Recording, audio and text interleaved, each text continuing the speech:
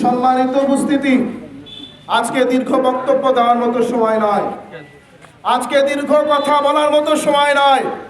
বাংলার জমিনে পৃথিবীর উষালগ্ন থেকে শুরু করে যারা আমার আল্লাহকে গালি দিয়েছে, রাসূলকে গালি দিয়েছে, কোরআনের অপমাননা করেছে, আজ পর্যন্ত তাদের কোনো শাস্তি আমরা দেখতে পারি নাই। আজকের এই ইউনিয়ন পরিষদ থেকে প্রশাসনকে জানিয়ে দিতে চাই, বাংলার জমিনে নাস্তিকদের সর্বোচ্চ শাস্তি ফাঁসির রায় আইন পাশ করতেই হবে। সম্মানিত উপস্থিতি,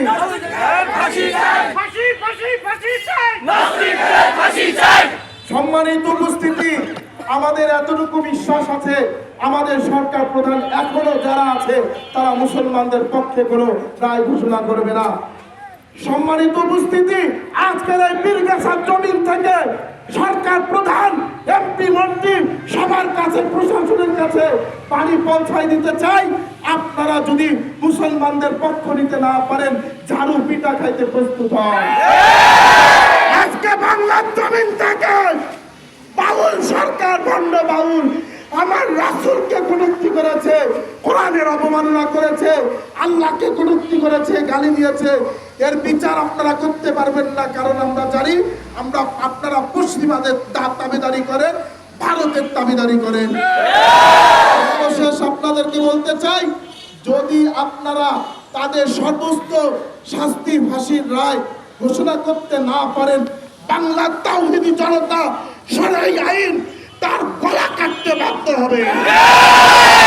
এরপরে জানিয়ে দিতে চাই, আপনি যত বড় দলের নেতা হন, যে হন না কেন, আপনি ফুসফুসিয়ে ধর্মান্ত আমাদেরকে বলে বাউলদের, ভণ্ডদের পক্ষ নেবেন, মনে রাখবেন স্পষ্ট কথা, আপনি যেভাবে বাউলদের পক্ষ নিয়েছেন ওইভাবে মুসলমানদের কাছে যদি ক্ষমা না চান, বাংলার মুসলমান আপনাকে বাংলাদেশে অবাঞ্ছিত ঘোষণা করবে।